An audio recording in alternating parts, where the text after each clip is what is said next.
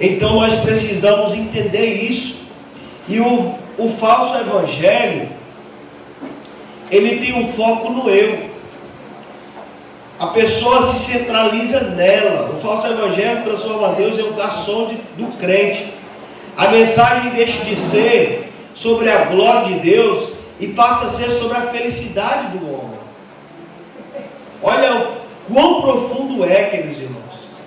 E através disso, o que é que acontece? Disso, as pessoas começam a criar ídolos. As pessoas começam a criar ídolos no nome de Jesus. Começam a profetizar coisas materiais que são passageiras, são momentâneas. Mas Jesus, ele dá uma ordem. Lá em Mateus 16, 24. Nossa irmã Amanda. E essa ordem do verdadeiro evangelho combate o nosso eu. Combate as nossas vontades. Glória a Deus. Mateus 16, 24. Então disse Jesus aos seus discípulos: se alguém quiser vir após mim, renuncie a si mesmo, tome sobre si a sua cruz e siga-me. Glória a Deus. Renúncia. Aqui no versículo, o que está em foco não sou eu, o que está em foco é Jesus. Eu preciso negar a mim mesmo, tomar a minha cruz e seguir Jesus. Está doendo? Siga Jesus. Está sofrendo? Busque a Cristo. Está passando pela prova? Vá aos pés de Jesus.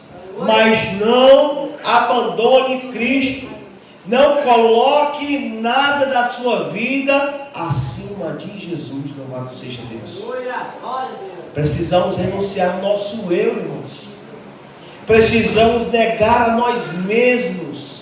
Por quê? Porque Cristo, ele se entregou por inteiro lá na cruz, para poder, através do seu sacrifício, nos redimir de todo o pecado. A nossa vida depende de Jesus. Não é a de Jesus que depende da nossa, amém? Glória a Deus. Louvado seja o nome do Senhor. E é muito comum, irmãos, outro ponto importante do falso evangelho, e eu peço já a irmã Suiane que abra a Bíblia em Efésios 4,14, uma questão também que a gente vê que é muito comum, é a manipulação de palavras, é o sincretismo religioso, onde os pregadores misturam o ensino da palavra de Deus com coisas figuradas, utilizando psicologia, autoajuda, misticismo, para poder o quê? Iludir a igreja, para poder trazer animação aos cultos,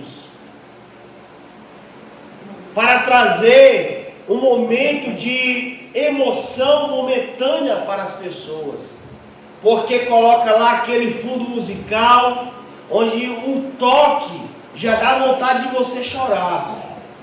O toque musical já dá vontade de você chorar. Mas só que não há aquilo que é essencial, a conversão. Não é só eu vim para a igreja e me emocionar. Eu preciso vir para a igreja.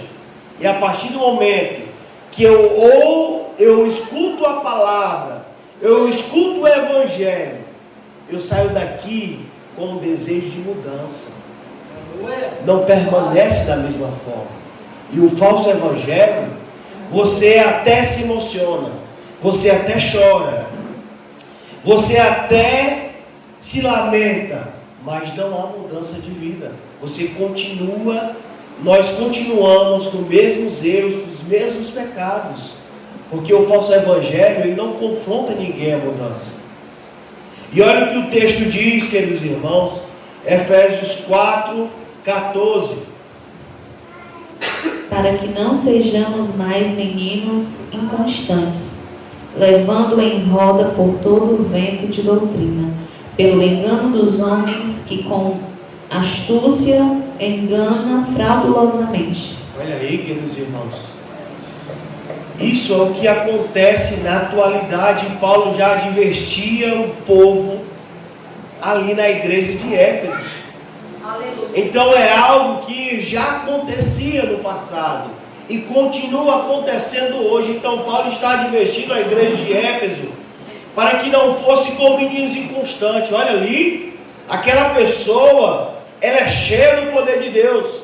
Cai fogo do céu quando ela fala. Não é por falar alto, não é por falar baixo, não é por orar muito, orar pouco, não, irmãos. É por ter uma vida em retidão com Deus. Nós não podemos também condenar, rapaz, fulano ali, ele louva muito alto, então ele ali não é de Deus. Não é isso, irmãos. Nós não podemos generalizar tudo. Mas nós precisamos identificar por meio da vivência, por meio da prática, da vida. E Paulo, aqui também, ele vai falar em Gálatas, que o próprio Satanás, se possível, ele se transforma até em um anjo de luz, para poder enganar os escolhidos. Ele se transforma em até um anjo de luz. Vai falar, gente. A palavra de Deus diz que aquele que está em Cristo, né, o ramo, né, quando ele está na videira, né, ele dá fruto. E Deus, né, Jesus, ele fala que através dos frutos é que nós conhecemos a árvore. Não tem como ser cheio do poder de Deus, não tem como ter a presença do Espírito Santo na sua vida se você não tem frutos para o Senhor. Se você não é uma pessoa que busca, se você não faz a diferença. Porque Deus, ele não quer só essa ousadia, né? Essa ousadia que às vezes a gente precisa ter. Deus, ele quer o nosso secreto, o nosso particular com Deus. Uma vez eu até falei aqui na igreja, o que nos revela como cristão não é como nós nos portamos na igreja, né? Nas orações, a nossa maneira de se expressar. O que nos revela como verdadeiro cristão que tem fruto é na nossa casa, no nosso íntimo, lá no nosso quarto. Nossa intimidade com Deus, nossa busca diária pela presença do Senhor. Glória a Deus. E também outro ponto importante, queridos irmãos, que precisamos tomar cuidado ao entender ele, né? É sobre a exploração financeira.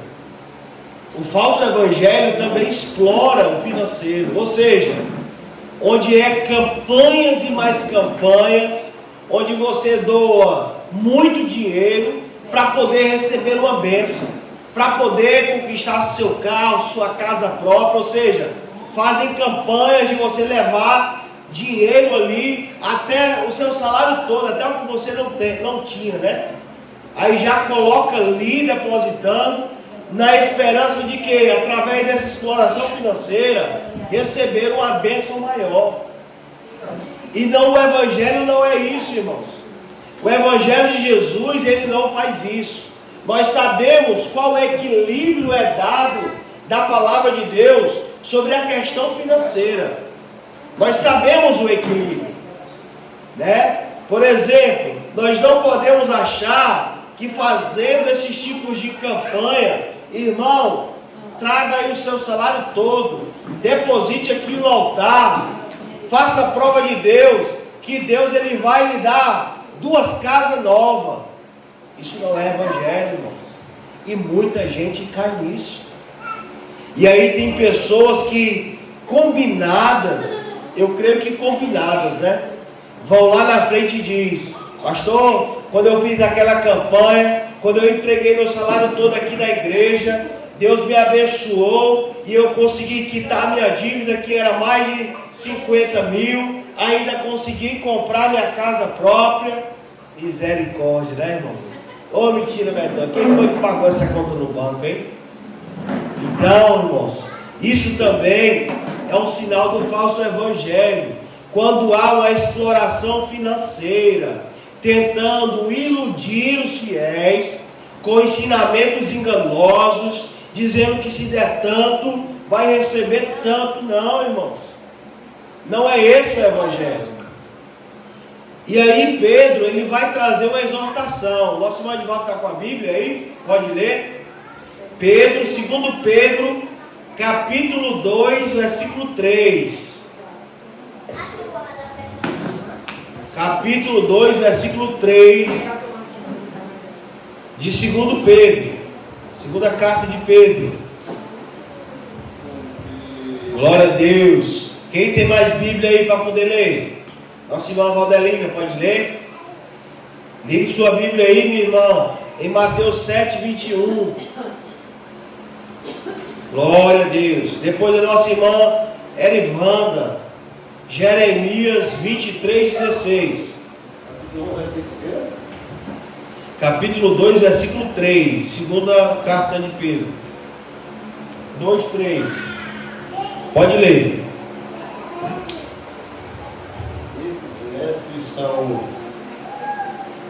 Esses mestres em sua ganância dirão qualquer coisa para se apossarem do dinheiro de vocês. Mas Deus já os condenou há muito tempo e a destruição deles está a caminho. Olha aí, queridos irmãos. Então, se existe um falso evangelho, no meio do falso evangelho existe um falso profeta, que dá até a própria vida para poder abarganhar em cima dos fiéis. Por quê? Pelo quê? Pelo amor ao dinheiro, fazendo negócio da palavra, fazendo da palavra uma fonte de lucro, queridos irmãos. E isso é um perigo enorme, louvado seja Deus. Amém? Nosso irmão Edivaldo quer comentar algo? Aí, esse na hora que a gente só foi mesmo, né? Porque já está a caminho. Né? E a gente conhece, hoje o que mais há de interessante no Evangelho falso é o que a gente vê aqui, né? Ele promete muitas coisas se você aceitar Cristo. Quando a Bíblia diz que nós vamos ter perseguições, aflições, né? Tribulações, porque assim aconteceu com os ignorantes de nós, né? Principalmente já no fim, né? E eles mostram só o lado da prosperidade. Glória a Deus. É dessa maneira mesmo. Então, queridos irmãos, outro ponto importante do falso evangelho, eu já até falei nele, né? Que é a falta de arrependimento. O que é a falta de arrependimento? O que é isso? O que é se arrepender? Alguém entende ou não entende? O que é o arrependimento, irmãos? Que arrependimento é esse? Hein?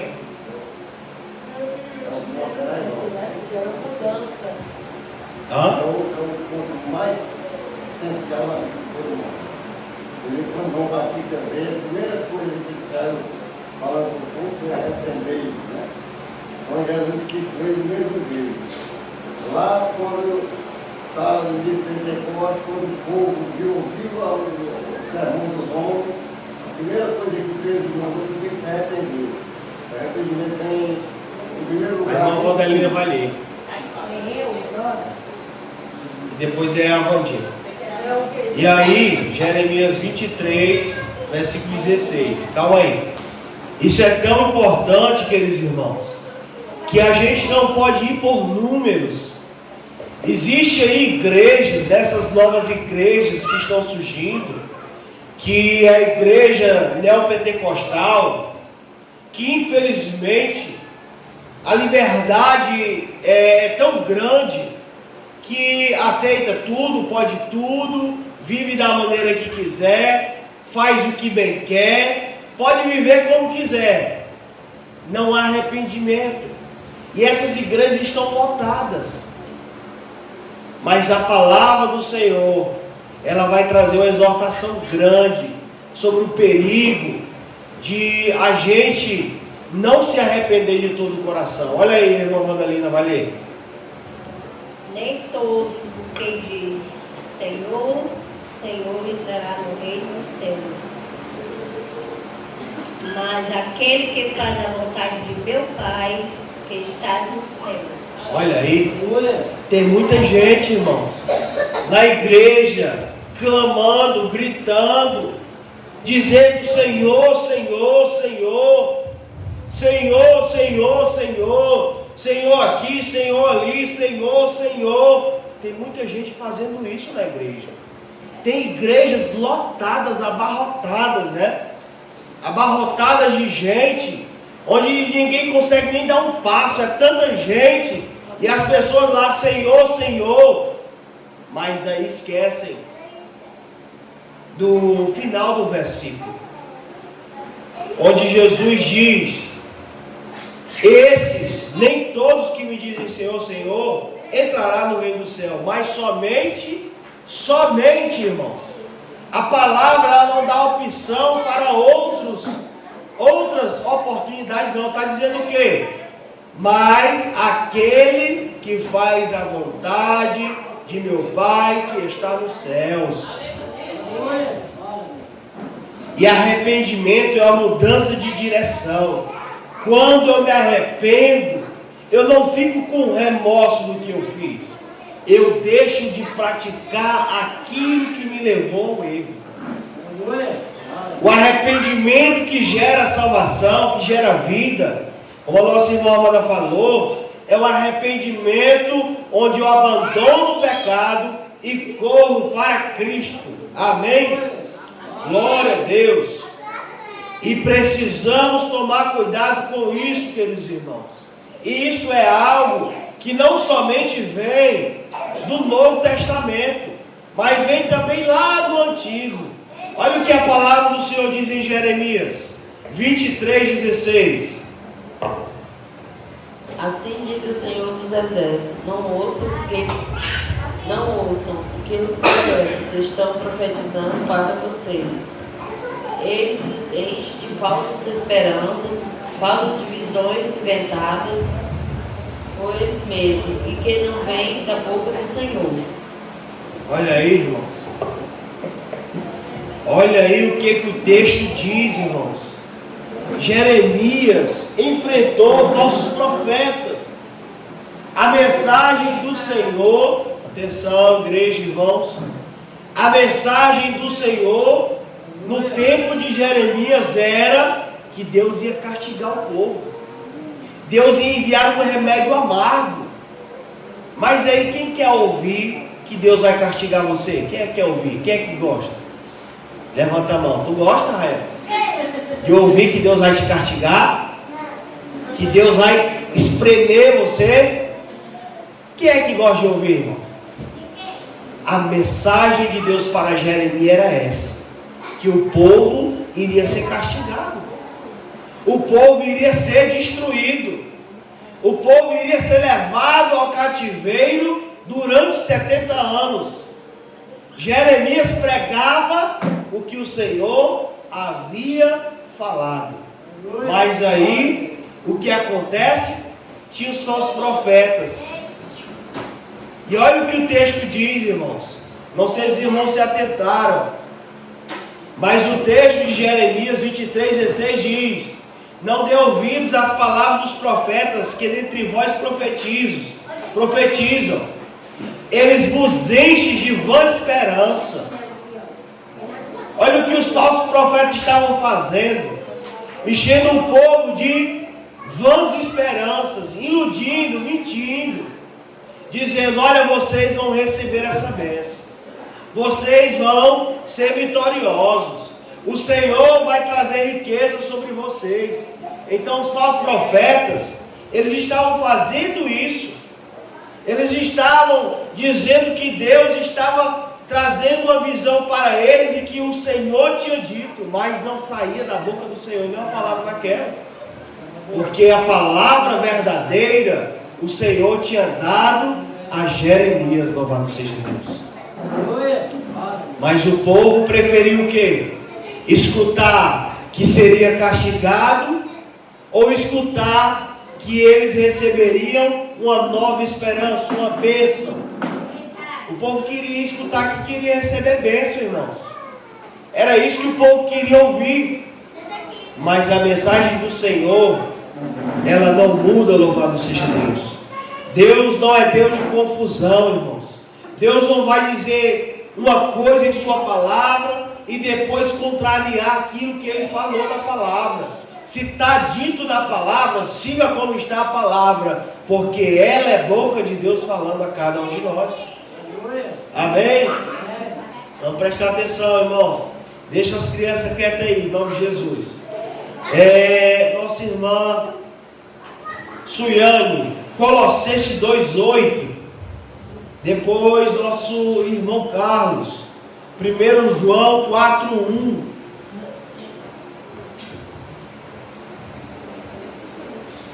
Glória a Deus, aleluia. Glória a Deus. A gente já concluir, irmão, em nome de Jesus. Colossenses 2,8. Pode ler. Tende cuidado para que ninguém vos faça pressa sua por meio de filosofias e vãs sutilezas, segundo a tradição dos homens e segundo os rudimentos do mundo, e não segundo Cristo. Olha aí, queridos irmãos.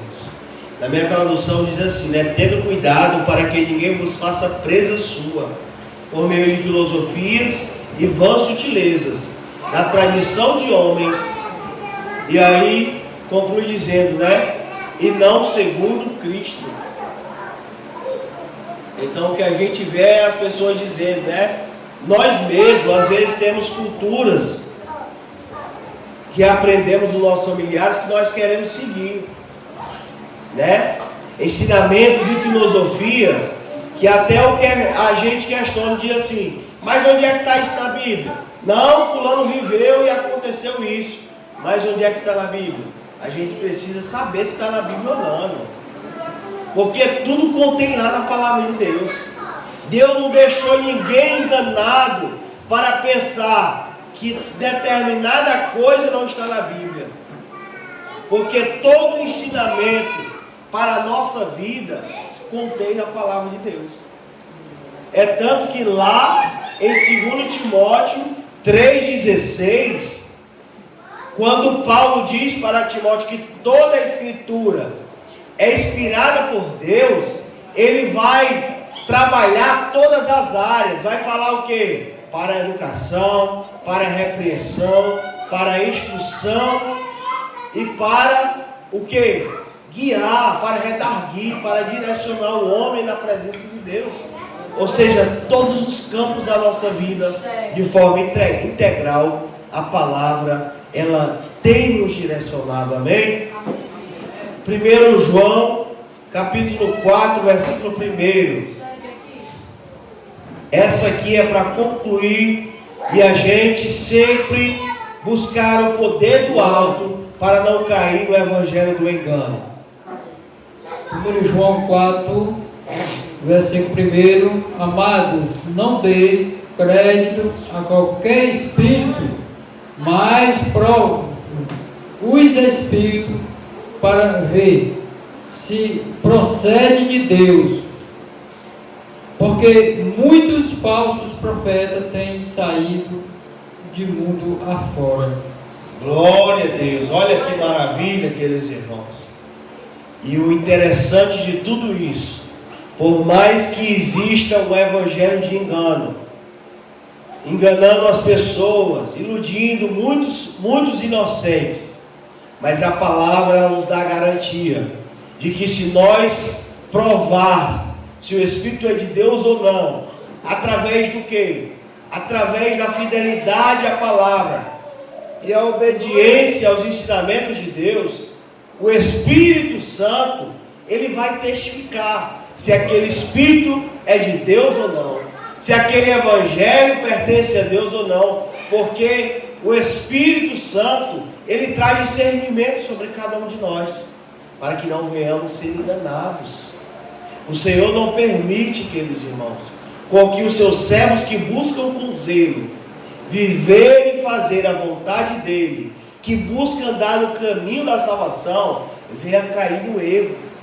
porque é o Senhor que os livra, louvado seja Deus. Aleluia. É o Senhor quem guia o seu povo pelas veredas da justiça. Pode ter certeza que quando nós nos esforçamos para ser fiel ao Senhor, seguindo a Ele com retidão e com compromisso, por mais que sopre de um lado, sopre do outro, mas se o nosso alvo é Cristo, não importa a multidão, não importa o barulho, nós continuamos firmes na direção correta, porque é Jesus o capitão, louvado seja Deus.